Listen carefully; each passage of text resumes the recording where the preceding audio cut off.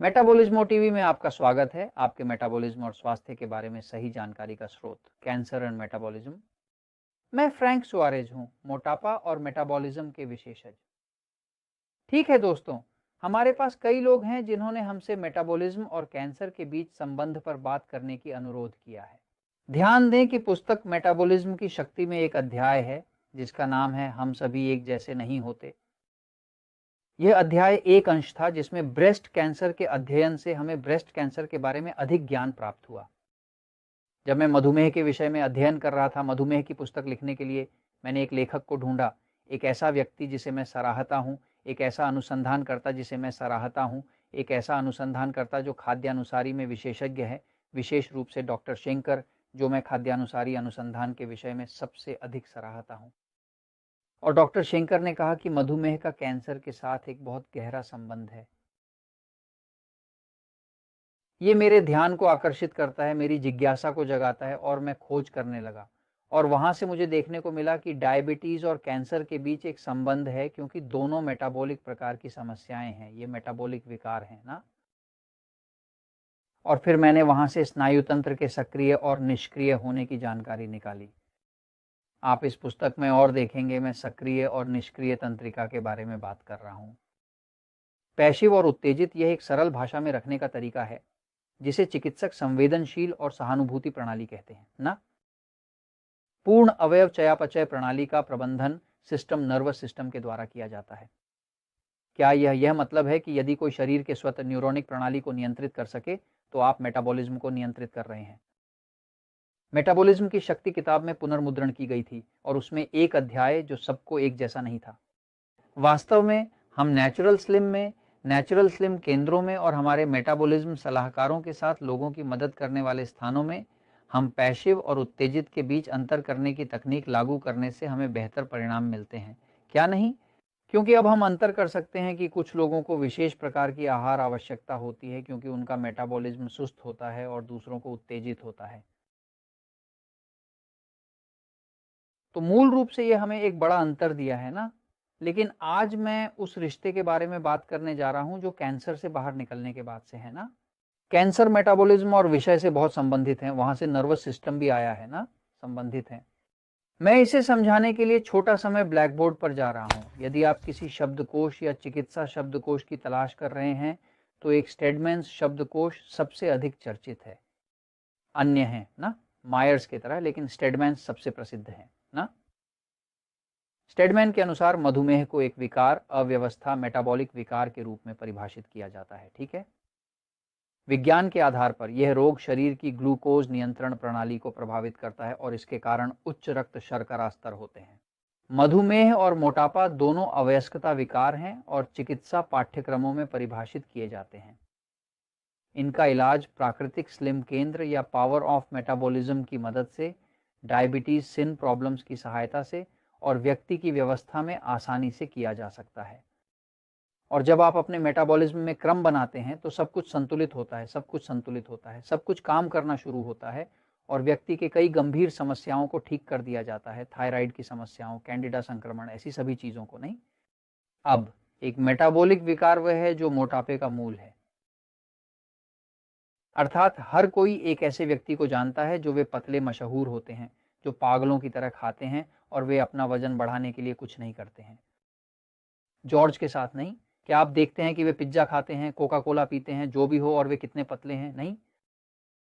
हम बहुमत मेरे जैसे लोगों में, मेरे पास एक धीमा मेटाबॉलिज्म है। क्या इसका अर्थ है कि मेरे शरीर में कुछ मेटाबॉलिक विकार है, कुछ खाद्य पदार्थों को संभालने की असमर्थता है? क्या मोटापा निश्चित रूप से एक अवयस्कता विकार है? ये एक अवयस्कता विकार है। क्या जॉर्ज की तरह पतले हैं? सही है, जो लोग पागल खाते हैं और मोटा नहीं होते। कभी कभी मैं खाना देखने से भी मोटा हो जाता हूँ क्योंकि मेरी चयापचय तंत्र बहुत संवेदनशील है और मैं आसानी से मोटा हो जाता हूँ। इसलिए मुझे अपने शरीर के लिए क्या डालता हूँ पर बहुत ध्यान देना पड़ता है ना। अब मधुमेह भी एक अवयस्कता विकार है और मैं इसे नियंत्रित करने के लिए आवश्यक कदम उठाता हूँ। चिकित्सा संबंधी पाठों को परिभाषित करें। मधुमेह नियंत्रित करने के लिए अवयव शोषण को पहले नियंत्रित करें। उदाहरण के लिए इस पुस्तक का दूसरा शीर्षक, सही है ना, डायबिटीज सिन प्रॉब्लम्स कहलाता है। यह मेटाबॉलिज्म की शक्ति से नियंत्रित है। अगर आप अपनी ऊर्जा बनाने वाली अवयवियों को नियंत्रित नहीं करते हैं तो डायबिटीज को नियंत्रित करने का तरीका नहीं होता है। या यह मेटाबॉलिज्म नियंत्रित करता है या नहीं, इसलिए यह मधुमेह को नहीं करता। समाधान मेटाबॉलिज्म को नियंत्रित करने में है। अब कैंसर का संदेह नहीं है कि यह भी एक अव्यवस्थित अनुशंसा है जिसे हमें ध्यान में रखना चाहिए। मैं आपको बताता हूं कि अव्यवस्थित अवयविक प्रक्रिया क्या होती है। शरीर के कोशिकाएं ऐसी होती हैं और हर कोशिका में एक छोटा अंग होता है जिसे माइटोकॉन्ड्रिया कहा जाता है। माइटोकॉन्ड्रिया जहां ऊर्जा उत्पन्न होती है, यहां अवयव चयापचय होता है। जब हम मेटाबॉलिज्म की बात कर रहे होते हैं तो उस छोटे से अंगीठी को सोचें जो आपके शरीर के प्रत्येक कोशिका में होती है। अंदर मिटोकॉन्ड्रिया हो रहा है। क्या हो रहा है? आप थोड़ा सा मांस, चिकन, टर्की, मछली खाते हैं ना, प्रोटीन, और ये अमीनो एसिड के रूप में माइटोकॉन्ड्रिया में यहाँ आता है। आप चावल, राजमा, मक्का, आटा, रोटी खाते हैं जिन्हें कार्बोहाइड्रेट ग्लूकोजा में परिवर्तित किया जाता है और फिर मिटोकॉन्ड्रिया में प्रवेश करता है। आप जैतून का तेल, नारियल का तेल, मक्खन खाते हैं जो एक तेल है और यहाँ एसिड रूप में मिटोकॉन्ड्रिया में जाता है, और आप सांस लेते हैं या पानी पीते हैं जिसमें है जो ऑक्सीजन है और यहाँ ऑक्सीजन आता है। इसके अलावा आपकी श्वसन और पानी की प्रवाह में ऑक्सीजन भी शामिल है। अब जब आप इस सब को एकत्र करते हैं, प्रोटीन, कार्बोहाइड्रेट, वसा, तेल और ऑक्सीजन आपके शरीर को ऊर्जा प्रदान करने वाली एक महत्वपूर्ण प्रक्रिया होती है। ये ईंधन बनाने और जलने के लिए ऑक्सीजन की आवश्यकता भी पूरी करती है। ये जलन जो वास्तव में जलन है, यानी हम एक मिनी विस्फोट की तरह बात कर रहे हैं, ठीक है, ये विद्युत उत्पन्न करता है और सब कुछ। ये जलन एक पदार्थ उत्पन्न करती है जब खुराक क्षमता ठीक से काम कर रही होती है तो एटीपी कहते हैं। अंग्रेजी में इसका अर्थ एडेनोसिन ट्राइफॉस्फेट होता है, स्पेनिश में ये ट्राइफॉस्फेट ऑफ एडेनोसिन होता है। एटीपी शरीर की रासायनिक ऊर्जा है, ठीक है। उदाहरण के लिए 30 ट्रिलियन कोशिकाएं होती हैं जो हर व्यक्ति के पास होती हैं। ये 30 ट्रिलियन कोशिकाएं 30 मिलियन के साथ 12 शून्यों में होती हैं। जब एक सामान्य धन होता है और यहाँ ग्लूकोजा होती है, उदाहरण के लिए आपके रक्त में ग्लूकोजा, सही है ना, तो प्रत्येक ग्लूकोजा के मॉलिक्यूल जब उस सभी धन और अन्य के माध्यम से गुजरती है तो प्रत्येक मॉलिक्यूल 20 यूनिट एटीपी उत्पन्न करती है। यह प्रक्रिया बहुत महत्वपूर्ण है। क्या यह मतलब है कि आप रोटी, आटा या वही मांस खाते हैं जो आपके शरीर में ग्लूकोज या चर्बी में परिवर्तित होता है और 32 एटीपी उत्पन्न होता है जब यह सामान्य रूप में जलता है? ये एक स्वस्थ कोशिका है।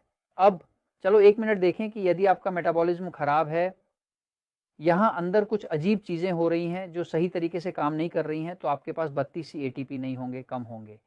तो आप थका हुआ महसूस करेंगे, कमज़ोर, व्यायाम करने की इच्छा नहीं होगी, उदास, बुरी नींद, कब्ज़ और अन्य सभी समस्याएं होंगी। धीमा मेटाबॉलिज्म माइटोकॉन्ड्रिया को प्रभावित करता है, जिससे व्यक्ति को कमज़ोरी, थकान और वजन बढ़ने की समस्या हो सकती है।